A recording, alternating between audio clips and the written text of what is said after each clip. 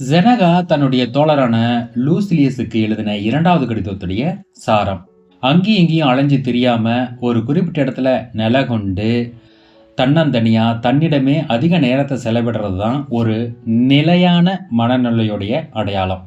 கண்டமேனிக்கு அலைஞ்சு திரிஞ்சு அடிக்கடி இடமாற்றத்தை செய்கிறதுங்கிறது தான் மனக்குழப்பத்தோட அடையாளமாக இருக்குது. நீ நிறைய புத்தகங்களை படிக்க பிரியப்பட்ட அப்படின்னா அது பல வெளிநாடுகளுக்கு பயணம் பண்ணுற மாதிரி.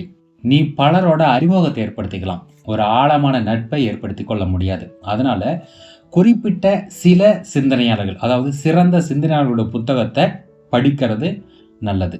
நீ ஒரு உணவை எடுத்து சாப்பிட்ட உடனே அந்த உணவானது உன்னுடைய உடம்பை விட்டு வெளியேறிச்சுன்னா உன்னுடைய உடம்புக்கு சத்து கிடைக்காது. அதே போல தான் ஒரு காயத்துக்கு நீ மருந்துறன்னா உடனே அந்த மருந்து எடுத்துட்டு திரும்ப திரும்ப மருந்து எடுத்துக்கிட்டே இருந்தீங்கன்னா அந்த காயம் ஆறாது. ஒரு செடியை நட்டு பிடுங்கினு பல வாட்டி நட்டு பிடுங்கிட்டே இருந்தீங்கன்னா அந்த செடி முறையாக வளராது.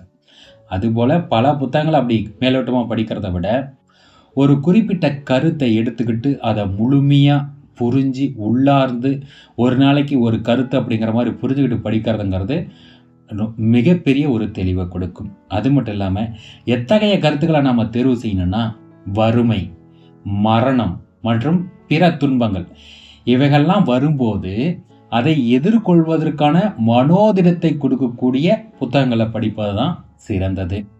அது மட்டும் இல்லாமல் நான் படித்த புத்தகங்கள்லேருந்து இன்னைக்கு நான் ஒரு கருத்தை தெளிவாக புரிஞ்சுக்கிட்டேன். ஏழ்மையாக இருந்தாலும் பணம் இல்லாமல் இருந்தாலும் மனநிறைவோடு இருக்கும்போது அவன் உண்மையிலேயே ஏழ்மையாக இருப்பதில்லை.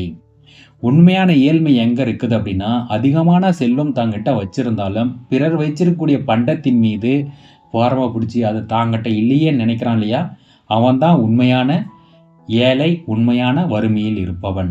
அது மட்டும் இல்லாமல் உண்மையான செல்வம் என்பது என்னன்னா, நம் தேவைக்காக நாம் வைத்திருப்பதும் போதுமான அளவில் வச்சிருக்கிறதும் தான் உண்மையான செல்வம். அப்படிங்கிறது தான் இந்த இரண்டாவது கடிதத்துடைய சாரம்.